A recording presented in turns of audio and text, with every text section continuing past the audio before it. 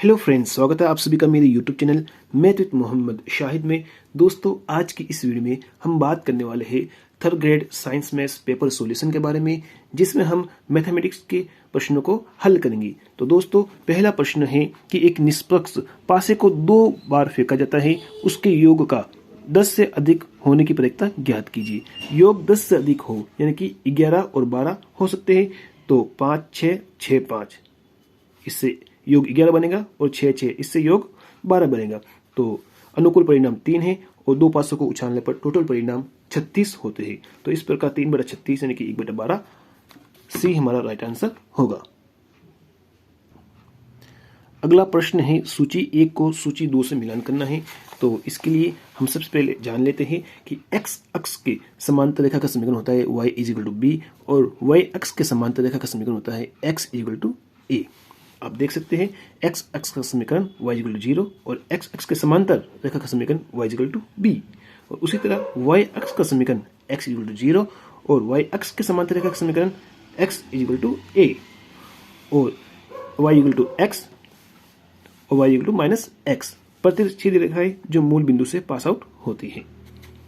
और प्रतिच्छेदी रेखाएं जो होती है उसके लिए a1/a2 is not equal to b1/b2 होता है। आइए हम प्रश्न को हल करते हैं।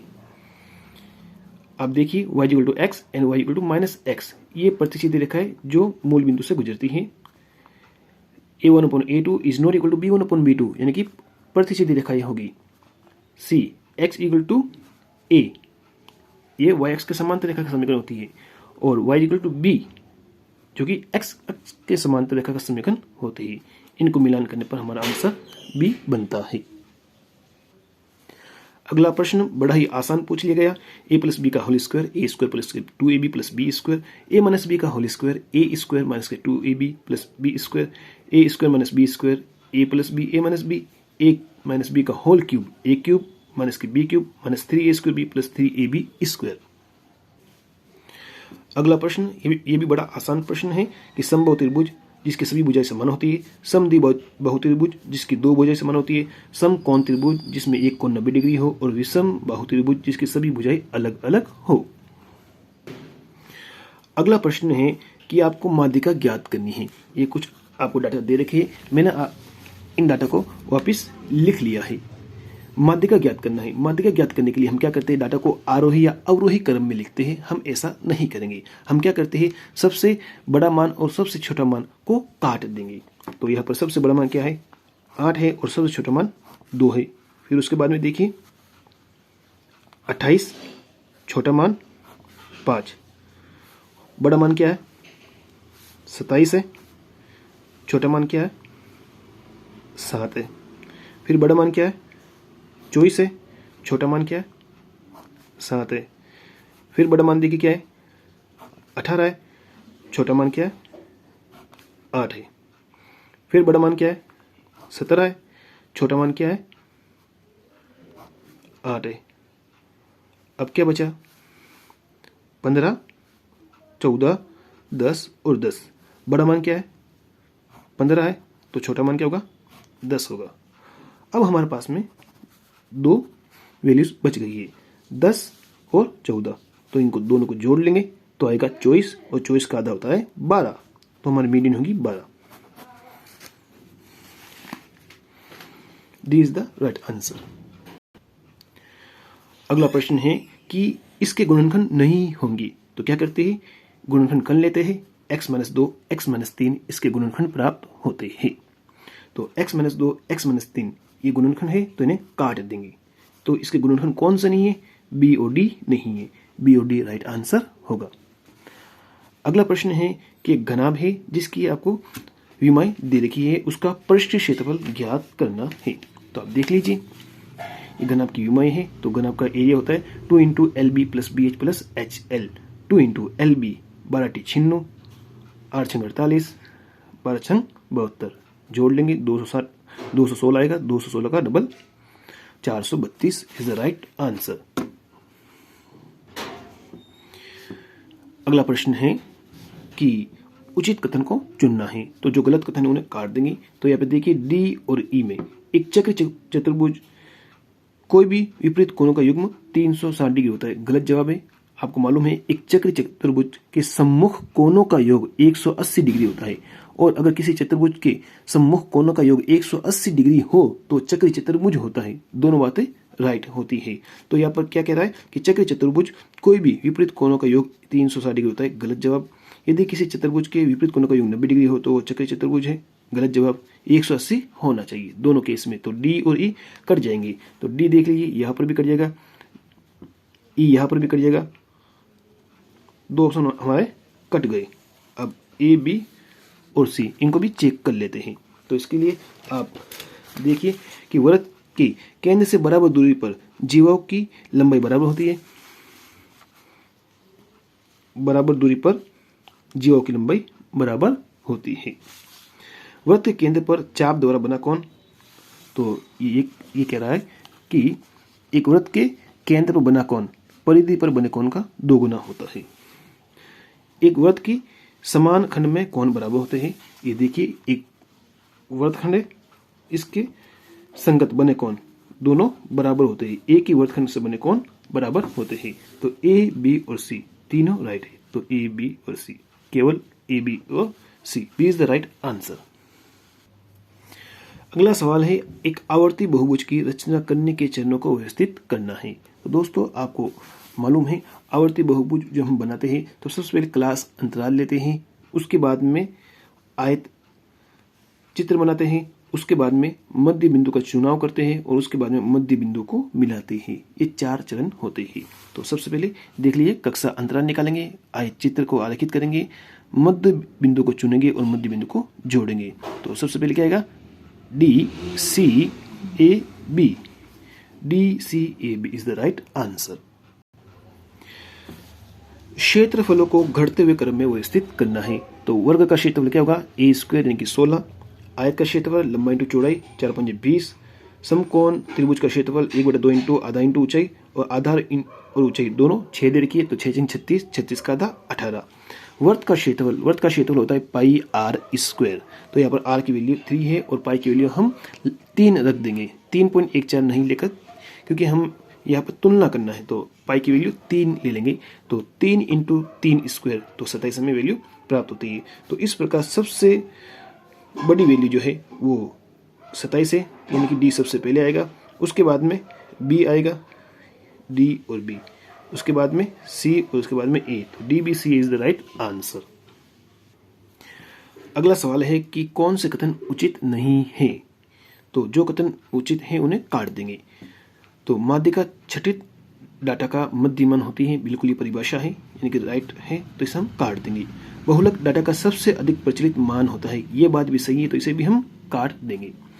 अगली बात है कि माध्यिका से हमेशा बड़ा या बराबर होता है, और बहुलक माध्य और माध्यिका में एक इनइक्वलिटीज दे रखी है। तो इन 2 बातों को हम कक्षा 10 तक नहीं पढ़ते हैं। ए और बी कक्षा 10 में आपको मिल जाएगी। अब सी और डी के लिए हम बात करते हैं। ये जो टॉपिक है वो सममित वितरण, धनात्मक वितरण और ऋणात्मक वितरण से लिया गया है। तो सबसे पहले आपको सममित, धनात्मक और ऋणात्मक वितरण के बारे में मालूम होना चाहिए। सममित वितरण किसे कहते हैं? सममित वितरण में माध्य, माध्यक और बहुलक बराबर होते हैं। सममित का मतलब समान यानी बराबर का चिन्ह आएगा। धनात्मक वितरण, धनात्मक का मतलब होता है पॉजिटिव या ग्रेटर, तो यहाँ पर ग्रेटर का साइन आएगा।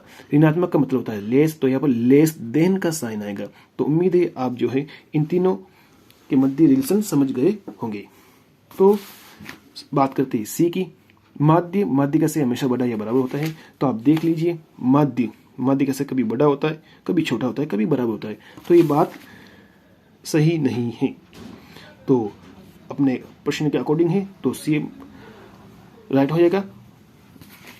और आप देखते हैं कि माध्यक हमेशा बीच में आता है, और माध्य छठित डाटा का मध्य मान भी होता है, और बहुलक और माध्य का जो मान होता है उसके बीच में माध्यक का मान होता है। तो यहाँ पर क्या दे रखा है? माध्यिका साइड में दे रखी है, तो ये भी गलत है। तो प्रश्न के अकॉर्डिंग ये भी राइट हो जाएगा। तो सी और डी उचित नहीं है। सूची 1 का सूची 2 से मिलान करना है। अभी आपने पढ़ा था कि आवर्ती बहुभुज जो होता है मध्य बिंदु को हम जोड़ते हैं। तो डी में 1, डी में 1, तो ये दो ऑप्शन कट जाएंगे। पाई चार्ट के बारे में आप जानते हैं कि एक संपूर्ण हिस्से से पूर्ण होता है, यानी कि एक संपूर्ण हिस्से की तुलना करने के लिए हम पाई चार्ट का प्रयोग करते हैं। तो सी में 2 इसमें मिल रहा है, तो ये हमारा राइट आंसर हो जाएगा। अब ए में क्या आ रहा है, 3 आ रहा है। आई चित्र सतत डाटा के लिए काम में लेते हैं। बी में 4 यानी कि दंड ग्राफ श्रेणियों की तुलना के लिए काम में लिया जाता है। तो इस प्रकार हमारा ए राइट आंसर होगा। ये जो प्रश्न है ये प्रतिशत से संबंधित है कि किसी वृत्त की त्रिज्या में 50% बढ़ा दी जाती है तो उसके क्षेत्रफल में कितनी वृद्धि होगी। तो क्षेत्रफल में जो परिवर्तन होता है उसका फॉर्मूला होता है a + b + ab बटा 100। यहाँ पर 50% बढ़ा जाता है तो a की वैल्यू भी 50 है, b की वैल्यू भी 50 है। अगर आयत की बात करते हैं तो आयत में लंबाई और चौड़ाई अलग अलग होती है। तो यदि आयत की लंबाई में 20% बढ़ा दी जाए और चौड़ाई 10% घटा दी जाए तो a की वैल्यू 20 और b की वैल्यू -10, इस तरह से जो है वैल्यू पुट आउट करते हैं।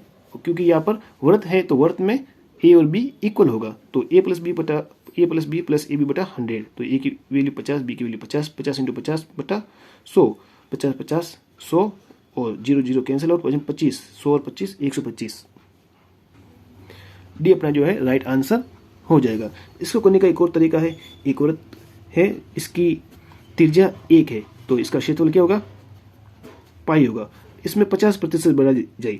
50% बढ़ाने का मतलब होता है कि उसकी त्रिज्या अब डेढ़ हो गई है, तो पाई इंटू डेढ़ स्क्वायर, तो 15 स्क्वायर होता है 225, तो 2.25 पाई।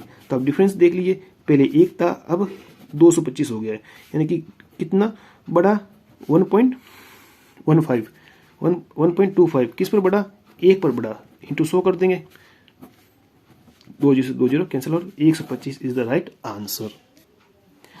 अगला प्रश्न है कि द्विघात बहुपद को हल करने की पूर्ण वर्ग विधि के चरणों को व्यवस्थित करना है। तो इसके लिए आपको चरण याद होने चाहिए। तो देख लीजिए, इसको हम एक प्रश्न के माध्यम से समझते हैं कि आपको एक द्विघात समीकरण दे रखी है। इसको सबसे पहले हम क्या करते हैं, जो अचर पद होता है उसको बेचते हैं, उसके बाद में x² के गुना का भाग करते हैं। तीसरे चरण में मोस्ट इंपोर्टेंट चरण होता है ये, b/2a का होल स्क्वायर दोनों पदों में जोड़ते हैं। तो ये पद आपको याद होना अति आवश्यक है कि तीसरा स्टेप ये होता है। फिर चौथे स्टेप में लेफ्ट हैंड साइड को पूर्ण वर्ग बनाते हैं, पांचवें स्टेप में वर्गमूल लेते हैं एंड फॉर्मूला लिखते हैं। तो यहाँ पर आपको तीसरा स्टेप मालूम होगा कि तीसरे स्टेप में क्या करते हैं हम, b/2a का होल स्क्वायर दोनों तरफ जोड़ते हैं। तो ए जो है तीसरे स्टेप में आएगा, तो आप तीसरे स्टेप में देख लीजिए ए कहाँ पे आ रहा है, यहाँ पे आ रहा है, तो ये बी आंसर हो जाएगा। आप चरण मिला भी सकते हैं, क्या पहले सी आ रहा है, क्या सी यानी कि x² का गुणांक 1 बनाते हैं, ये बात भी सही है। और बी स्थिरांक का लेफ्ट हैंड साइड की तरफ स्थानांतरित करते हैं। यहाँ पर ये कह रहा है कि ax² प्लस के bx प्लस के c = 0। पहले पद में c को नहीं भेज रहा है, x² के गुणांक को 1 बना रहा है, ये भी कर सकते हैं, नो डाउट, है ना। तो पहला स्टेप x² के गुणांक को 1 बना देंगे, उसके बाद में c को इस तरफ भेज रहा है, तो b देखिए स्थिरांक का लेफ्ट हैंड साइड की तरफ स्थानांतरण कर रहा है। तीसरे स्टेप में b/2a का होल स्क्वायर ये दोनों तरफ जोड़ रहा है। ये तीसरा स्टेप अगर आपको याद है तो आप कंफ्यूज नहीं होंगे। तो तीसरा स्टेप क्या है, b/2a का होल स्क्वायर। पहले स्टेप में x² का गुणांक 1 बना देंगे, दूसरे स्टेप में इस अचर पद को राइट हैंड साइड भेज देंगे, तीसरे स्टेप में b/2a का होल स्क्वायर, b/2a का होल स्क्वायर जो कि a है, तो a तीसरे स्टेप माना चाहिए, ये आ रहा तीसरे स्टेप में, तो b is the right answer. अगला प्रश्न है कि आयतन के अनुसार घटते हुए क्रम में व्यवस्थित करना है। तो घन का आयतन होता है a³ यानी कि 3 का क्यूब 27 होता है। गोले का आयतन होता है 4/3 πr³। पाई की वैल्यू फिर से 3 ले लेंगे, तो 3 पाई से 3 कैंसिल आउट, r की वैल्यू 3 है, तो 3 का क्यूब होता है 27 × 4 108। अब है बेलन का आयतन होता है पाई r²h, r की वैल्यू 2, h की वैल्यू 5, तो पाई r²h, पाई की वैल्यू फिर से 3 ले लेंगे, तो 3 × 4 12, 12 × 5 60। शंकु का आयतन होता है 1/3 πr²h, तो पाई और 3 यहाँ से फिर से कट जाएगा, r की वैल्यू 3 और h की वैल्यू 5, 3 का स्क्वायर 9, 9 × 5 45। तो आप देख सकते हैं कि सबसे बड़ी वैल्यू जो आ रही है वो आ रही है 108 b की वैल्यू, उसके बाद में सी, उसके बाद में डी और उसके बाद में ए। तो बी सी डी ए ये घटते हुए क्रम में आंसर होगा। पिछला जो प्रश्न पूछा है वही वापस रिपीट हो गया कि उसमें हम वैल्यू दे रखी थी, आयतन को जो घटते हुए क्रम में लिखना था। यहाँ पर डायरेक्ट आपको फॉर्मूला मैच करना है। तो घन का आयतन होता है ए क्यूब यानी कि आर क्यूब, बेलन का आयतन होता है पाई आर स्क्वायर एच, गोले का आयतन 4/3 पाई आर क्यूब, शंकु का आयतन 1/3 पाई आर स्क्वायर एच। मिलान कर लेंगे, आंसर लिख देंगे। अगला सवाल है, एक संख्या के घन में से एक संख्या को उसके घन में से घटाने के बाद 210 आता है। तो आपको घन याद होगी तो डायरेक्ट इस प्रश्न को आप कर पाएंगे कि 216 जो है वो 6 का घन होता है और 216 में से 6 करने पर 210 आ रहा है, यानी कि वो संख्या 6 होगी। अगला प्रश्न है, एक पूर्णांक को 1 से 100 में से यादृच्छिक रूप से चुना जाता है, वो पूर्णांक 2 और 5 दोनों से विभाज्य हो। 2 और 5 दोनों से विभाज्य का मतलब है कि वह संख्या 10 से भी विभाज्य हो। तो 10 से विभाज्य होने वाली संख्या 10, 20, 30, 100 होगी। तो टोटल कितनी संख्या होगी? 10 होगी। और कुल कितनी संख्या है? 100 है। तो 10/100 यानी कि 1/10 राइट आंसर। अगला सवाल है, बहुत ही अच्छा प्रश्न है कि अल्फा और बीटा इसके मूल है, तो क्या संबंध राइट है?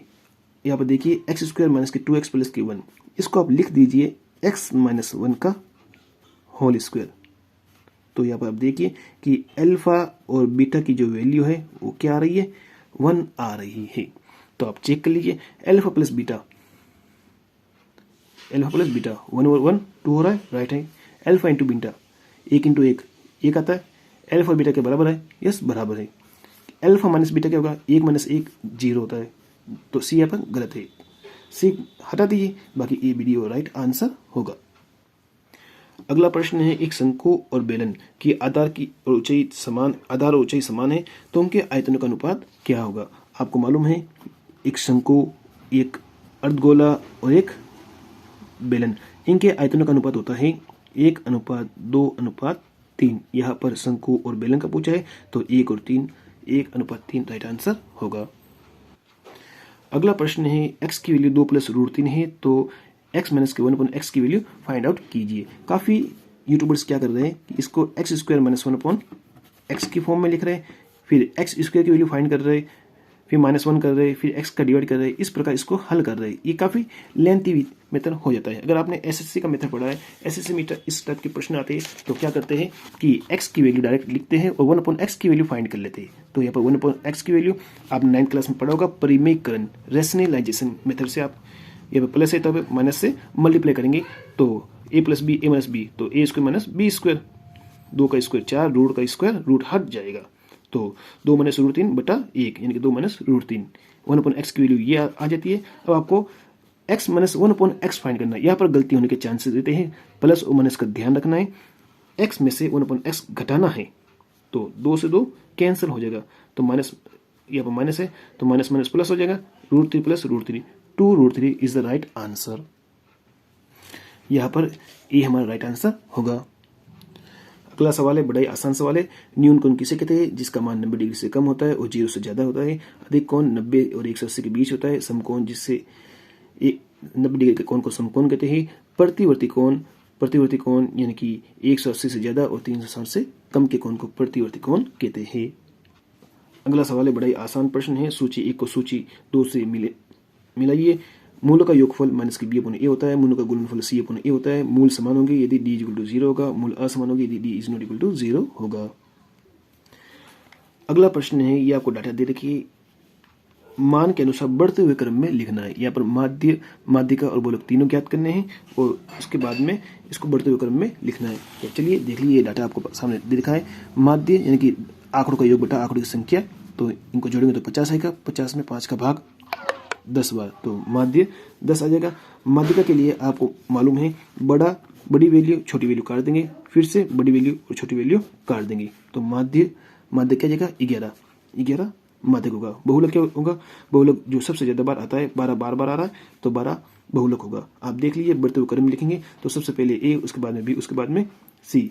यहाँ पर डी जो है वो माध्य और बहुलक का योग हो रहा है, जो कि सबसे बड़ा आएगा और सबसे बाद में आएगा, तो डी बाद में हम लिख देंगे। तो इस प्रकार ABCD राइट आंसर होगा।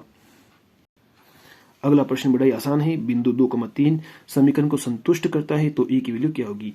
यहाँ पर y की वैल्यू जो 3 है, 3 रख देंगे, ए की एक्स की वैल्यू 2 रख देंगे। तो 2a प्लस 3 और y की वैल्यू 3 लिखेंगे तो 3 दूनी 6, 6 में से 3 गया 3, 3 इक्वल टू 2 है तो ए इक्वल हो जाएगा 3/2, यानी कि सी इज द राइट आंसर।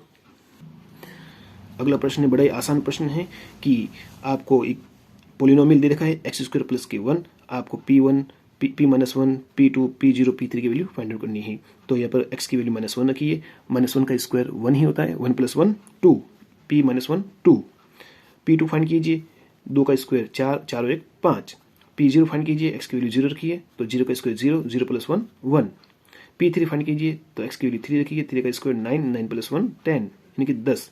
अब क्या करना है, बढ़ते हुए क्रम में लिखना है। तो सबसे छोटा क्या है, 1 है, यानी कि b सबसे पहले आएगा, उसके बाद में a आएगा, उसके बाद में a, उसके बाद में c, उसके बाद में d, b-a-c-d is the right answer. अगला प्रश्न है कि निम्न में से कौन से कथन उचित है। ये बड़ा ही कंसेप्ट बेस आधारित प्रश्न है। दो परिमेय संख्याओं का योग या अंतर हमेशा परिमेय होता है, दो परिमेय संख्याओं का गुणनफल हमेशा परिमेय होता है। यहाँ पर b और d ये गलत है कि दो परिमेय संख्याओं का योग या अंतर परिमेय होता है और दो अपरिमेय संख्या का गुणनफल परिमेय होता है, ये दोनों गलत है। तो आइए हम इनका कंसेप्ट समझते हैं। ध्यान रहे, परिमेय संख्याओं का जोड़ बाकी और गुना भाग हमेशा परिमेय होता है। भाग के केस में हर जो है वो 0 नहीं होना चाहिए। अपरिमेय और अपरिमेय के बारे में बात कर लेते हैं। अपरिमेय संख्या का जोड़ बाकी और गुना भाग परिमेय और अपरिमेय दोनों होता है। ध्यान रहे, अपरिमेय संख्याओं के केस में उनकी जोड़ बाकी और गुना भाग परिमेय भी होती है, अपरिमेय भी होती है। जोड़ बाकी की बात कर लेते हैं। √2 - √2 क्या आएगा, 0, जो कि क्या है, परिमेय है। √2 + √2 2 √2 जो कि अपरिमेय है। अपरिमेय इंटू अपरिमेय यानी कि गुणा की बात कर लेते हैं। √2 × √2 2 जो कि परिमेय है। √2 × √3 √6 जो कि अपरिमेय है। तो आप समझ गए होंगे, अपरिमेय प्लस माइनस अपरिमेय क्या होता है, परिमेय अपरिमेय दोनों होता है। तो इस प्रकार यहाँ पर बी और डी गलत हो जाएंगे। हमें क्या करना है, उचित कथन चुनना है। तो ए और सी इज द राइट आंसर। बड़ा ही आसान प्रश्न पूछा है कि घटते हुए क्रम में लिखना है। आपको यहाँ पर पाई, √2 और √3 की वैल्यू याद होना चाहिए। √2 की वैल्यू होती है 1.414, √3 की वैल्यू होती है 1.73205। तो यहाँ पर हमने वैल्यू लिख ली है। घटते हुए क्रम में लिखेंगे, सबसे बड़ी वैल्यू है पाई की, तो पाई यानी कि सी सबसे पहले आ जाएगा। उसके बाद में वैल्यू आएगी 2 यानी कि बी, उसके बाद में आएगा 1.7 यानी कि ई, उसके बाद में 1.4 यानी कि डी, उसके बाद में 1 यानी कि ए। तो CBEDA यानी कि D is the right answer. आज के इस सेशन का अंतिम प्रश्न है कि नीचे दी गई कौन सी रेखाओं के युग्म के बहुत से अनंत हल होंगे। तो आपको मालूम होना चाहिए अनंत हल के लिए A1/A2 is equal to B1/B2 is equal to C1/C2 होता है। तो यहाँ पर B और D राइट ऑप्शन हो जाएंगे, क्योंकि आप देख लीजिए 1/2 1/2 1/2 आ रहा है। डी ऑप्शन में देख लीजिए 2/1 2/1, ये x - y = 0 लिखा हुआ था, इसको y = x लिख देंगे। तो आप देखिए 2/1 2/1 तो बराबर आ रहा है। तो इस केस में बी और डी राइट आंसर होंगे। ए और सी के केस में ऐसा नहीं है। ए और सी के केस में देखिए 1/1 1/1 फिर 2/1, तो ऐसे देखेंगे, सॉरी 1/1 1/-1 और 2/0, तो बराबर नहीं आ रहा है, तो ये भी कट जाएगा। सी के केस में देखेंगे 1/2 फिर 1/1 दे दिया, तो क्रम टूट जाता है। तो इस प्रकार बी और डी राइट आंसर होंगे। तो ओके फ्रेंड्स, आई होप आपको ये वीडियो अच्छी लगी होगी। तो please like, subscribe and share this video.